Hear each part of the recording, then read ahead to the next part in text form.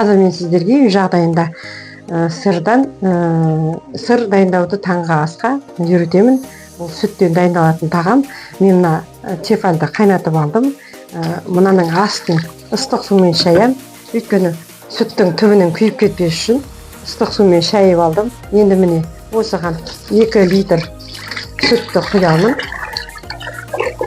2 литр сүтті құямын да газға өзі сүт қайнағанға дейінгі уақытта қоямын. Қайнатылуға қоямын. Бұның ішіне қосатын 3 жұмыртқа алдым. Содан кейін айран алдым. Жұмыртқаны жарып, бұны ірімшікке қосатын, ірімшікті ірітетін. Бұған сметана да қосуға болады, қатық та қосуға болады. Сондай. Мен қазір міне сүтке құятын қоспаны дайындаймын. Бұл айранменен жаңағы жұмыртқаны қосып дайын. 2 литрға мен 1 қасық, үлкен қасықпен 1 қасық тұз салдым. Мөлшері жетіп қалады ма деген ойдамын. Міне мынау қайнасын, кішкене қайнағанға дейін бұл тұрады. Қоспаны қосып, бір сүт жылып, қоспа қосатын уақытқа таман, сүтіміз жылыған уақыт. Мен қазір жасаған қоспамды қосып ірітетін боламын.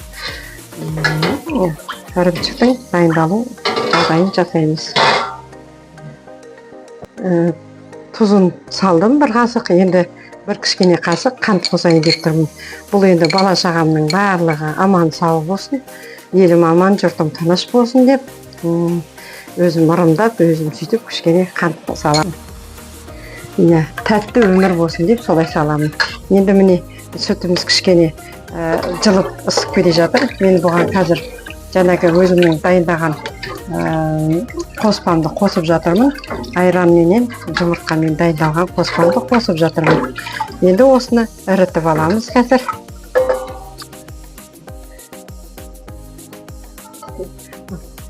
Кішкене іри бастады. Енді үріп келе жатқан кезде мұны ақырын отқа қойып қоямыз.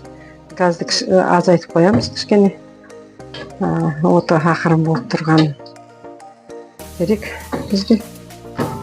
Енді бұның ірігенін күтеміз.